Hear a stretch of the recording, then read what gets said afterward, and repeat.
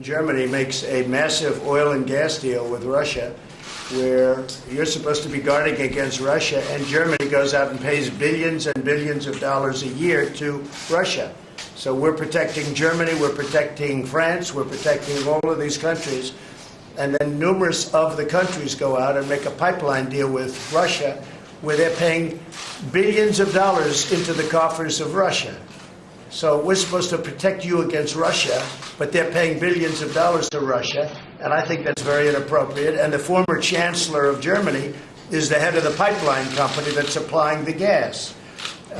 Ultimately, Germany will have almost 70% of their country controlled by Russia with natural gas. So you tell me, is that appropriate? I mean, I've been complaining about this from the time I got in. It should have never been allowed to have happened. But Germany is totally controlled by Russia because they were getting from 60 to 70% of their energy from Russia and a new pipeline.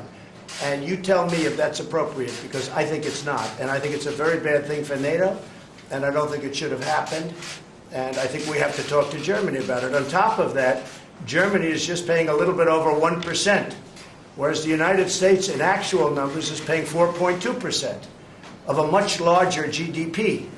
So I think that's inappropriate also. You know, we're protecting Germany, we're protecting France, we're protecting everybody, and yet we're paying a lot of money to protect. Now, this has been going on for decades. This has been brought up by other presidents, but other presidents never did anything about it because I don't think they understood it or they just didn't want to get involved. But I have to bring it up because I think it's very unfair to our country, it's very unfair to our taxpayer. And I think that these countries have to step it up, not over a 10-year period, they have to step it up immediately. Germany is a rich country. They talk about they're going to increase it a tiny bit by 2030. Well, they could increase it immediately tomorrow and have no problem. I don't think it's fair to the United States. So we're going to have to do something because we're not going to put up with it. We can't put up with it, and it's inappropriate. So we have to talk about the billions and billions of dollars that's being paid to the country that we're supposed to be protecting you against. You know, everybody's talking about it all over the world. They'll say, well, wait a minute, we're supposed to be protecting you from Russia, but why are you paying billions of dollars to Russia for energy? Why are countries in NATO, namely Germany, having a large percentage of their energy needs paid to Russia and taken care of by Russia? Now, if you look at it, Germany is a captive of Russia because they supply. They got rid of their coal plants. They got rid of their nuclear.